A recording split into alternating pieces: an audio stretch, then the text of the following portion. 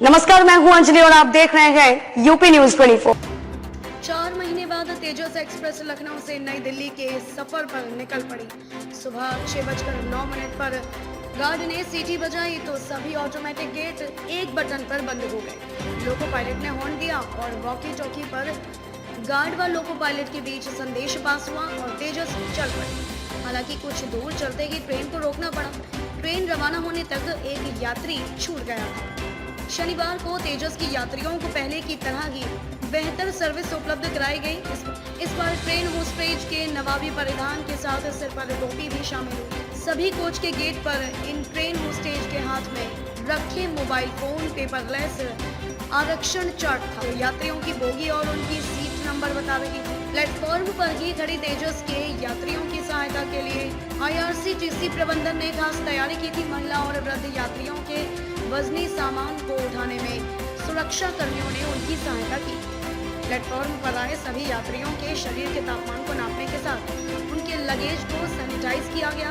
साथ ही ऐसे यात्री जिनके पास आरक्षण टिकट नहीं थी उनके लिए लखनऊ जंक्शन के प्लेटफॉर्म 6 पर ही करंट काउंटर खोला गया था। यात्रियों का सत्कार उनको अतिथि होने की अनुभूति करा रही थी। IRCTC के मुख्य क्षेत्रीय प्रबंधक अजित कुमार सिन्हा ने ट्रेन के रवाना होने से पहले सभी बोगियों का निरीक्षण कर सुविधाओं का जायजा लिया। बोगी के भीतर बटन से ही स्लाइडिंग दरवाजे को चेक किया। यात्रियों को दिया जाने वाला भगवा रंग की पैकिंग में रेल नीर और अन्य खान पान की पैकिंग को भी जांचा गया। तेजस में लखनऊ से ज्यादा बुकिंग कानपुर से यात्रियों ने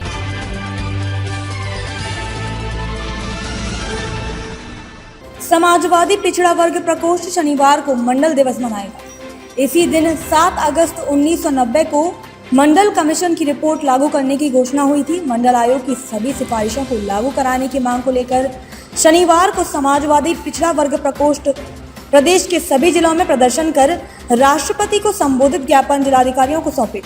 प्रकोष्ठ के प्रदेश अध्यक्ष राजपाल कश्यप ने कहा कि सत्तारूढ़ भाजपा सरकार संविधान की मूल भावना से खिलवाड़ कर रही है। आरक्षण समाप्त किया जा रहा है। पिछड़े, दलित, आदिवासी, अल्पसंख्यक और महिलाओं के साथ बर्बरतापूर्ण अन्याय और अत्याचार चरम सीमा पर है। सरकार की गलत नीतियों के चलते समाज के हर वर्ग के अधिकार खतरे में है, इसलिए शनिवार को प्रदर्शन किया जाए। उन्होंने कहा कि हमारी मुख्य मांग मंडल कमीशन की सभी सिफारिशें पूरी तरह से लागू कराने, जातीय जनगणना कराने और आबादी के अनुपात में सभी को हिस्सेदारी दिए जाने की है। इसी तरह आरक्षित वर्ग को बैकलॉग भर्ती शुरू करने, नौकरियां एवं सुविधाएं दी जाए। मेडिकल की परीक्षा में अन्य पिछड़ा वर्ग का आरक्षण रोके जाने पर लगभग 10,000 सीटों का नुकसान हुआ है, इसकी क्षतिपूर्ति की जाए। निजी क्षेत्र में भी मंडल कमीशन की रिपोर्ट लागू कर आरक्षण का लाभ दिया जाए। राजाजीपुरम D ब्लॉक निवासी कपड़ा व्यापारी सचिन चोपड़ा की संदिग्ध हालात में घर के अंदर शुक्रवार को मौत हो गई। सचिन की पोस्टमार्टम रिपोर्ट में पिटाई के बाद गला घोंटकर मारे जाने की पुष्टि हुई है। पोस्टमार्टम रिपोर्ट में पता चलते ही पुलिस के होश उड़ गए। पुलिस पड़ताल में जुट गई। अमीनाबाद निवासी सचिन चोपड़ा कपड़ा व्यापारी थे। वह पत्नी रिनी चोपड़ा और बेटे वासु के साथ राजाजीपुरम D ब्लॉक में रहते थे। शुक्रवार को संदिग्ध हालात परिवारीजन अस्पताल लेकर पहुंचे, जहां डॉक्टरों ने मृत घोषित कर दिया।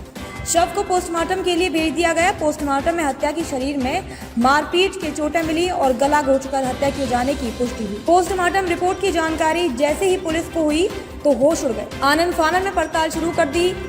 SDP पश्चिम राजेश कुमार श्रीवास्तव ने बताया कि सचिन की मौत पर कई बिंदुओं पर जांच की जा रही है। वारदात में किसी करीबी के शामिल होने की संभावना से इनकार भी नहीं किया जा सकता।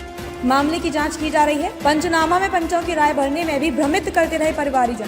पोस्टमार्टम की कार्यवाही के लिए जब पुलिस और पोस्टमार्टम कर्मियों ने पंचों की राय के बिंदु भरवाने के लिए शुरू किए तो पत्नी व अन्य परिवारीजन भ्रमित करते रहे। कोई कहने लगा घर में अपने आप मौत हो गई तो किसी ने कहा फांसी लगाई है, गले में रस्सी पड़ी थी। परिवारीजन बिना पोस्टमार्टम के शव घर ले जाना चाह रहे थे। जानकारी के मुताबिक परिवारीजन बिना पोस्टमार्टम के शव घर ले जाना और अंतिम संस्कार करने की फिराक में। इन्होंने संबंध में लिखित में प्रार्थना पत्र भी दे दिया था। पोस्टमार्टम न कराने के लिए पत्र सचिन के अमीनाबाद निवासी भाई द्वारा दिया गया था, पर पुलिस को कुछ आशंका हुई तो सचिन का शव बिना पोस्टमार्टम के परिवारीजनों के सुपुर्द नहीं किया। वहीं जब पोस्टमार्टम रिपोर्ट शाम को आई तो थाना प्रभारी से लेकर अधिकारियों के होश उड़ गए। आनंद फानन में पुलिस ने पड़ताल शुरू कर दी। खबरों में अब तक के लिए बस इतना ही। मिलते हैं फिर किसी खास खबर के साथ, तब तक के लिए नमस्कार। यूपी न्यूज 24 चैनल को सब्सक्राइब करें व बेल आइकन को प्रेस करना ना भूलें, जिससे आगे आने वाली वीडियो का नोटिफिकेशन आप तक पहुंच सके।